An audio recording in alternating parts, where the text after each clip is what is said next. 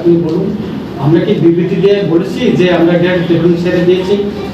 সেই জন্য তো আমরা সরকার থেকে প্রত্যাহার করতে যাচ্ছি। তো আমাদের গ্যাস ডিপার্টমেন্ট তো আমরা ছাড়িনি।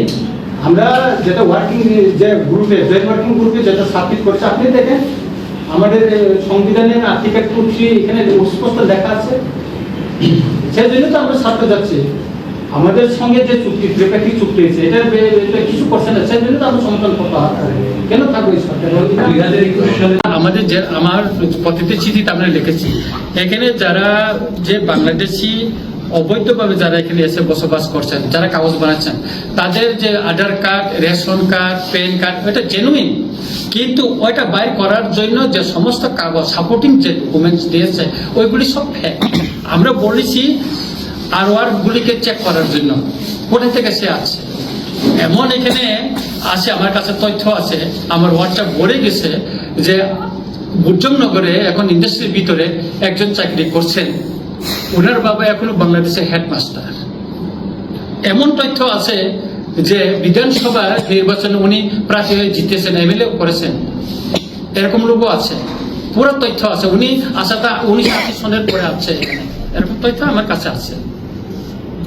এমন লোক আছে পার্বত্য চট্টগ্রাম থেকে আছে, এখানে আগরতলায় বিল্ডিং বানিয়ে বসবাস করছে, এখানে আম বাগান করছে বিভিন্ন জায়গায়।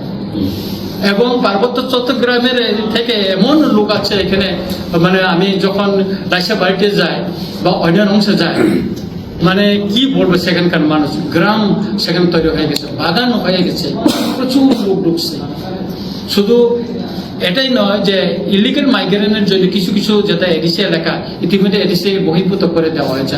বিশ্রামগঞ্জ, ওটা একসময় এডিসি এলাকা ছিল, কিন্তু এখানে জনসংখ্যাটা যখন নন ট্রাইবেল বেড়ে গেল, এটা এডিসি বহির্ভূত করা হলো। তারপরে চম্পকনগর বাজার, ওইটা একসময় এডিসির এলাকার হাতে ছিল, এটা যখন জনসংখ্যা বৃদ্ধি হওয়ার পরে এটাকে বহির্ভূত করা হইলো। যেমন দুর্গা চৌধুরী পাড়া, সেভাবে ওইভাবেই করা হইলো। যেমন কমলপুরের দুর্গা চৌমনি ব্লকটা, ওইটা এডিসি এলাকাতে ছিল, ওটা মানে বহির্ভূত করা হইলো। তো এখানে maximum district headquarter, sub division headquarter Agartala শহরে, আপনি বলুন এই নন্দনগর বিভিন্ন খাত জমি এলাকায় যে সমস্ত বস্তি আছে, তাদের কাগজপত্র আছে, কিন্তু তাদের কোনো জমির কোনো কাগজপত্রই নাই।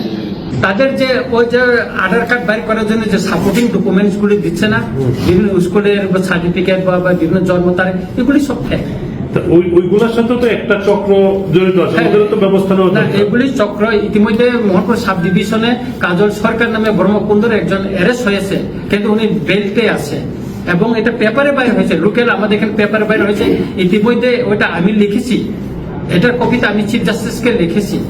এই যে উনি এত করার পর উনি 100 মতন আধার কার্ড লোকে বানিয়েছে এবং পাসপোর্ট বানিয়ে দিয়েছে, ওইটাই ইয়ে করে দিয়েছে, আমি চিঠিতে দিয়ে দিয়েছি।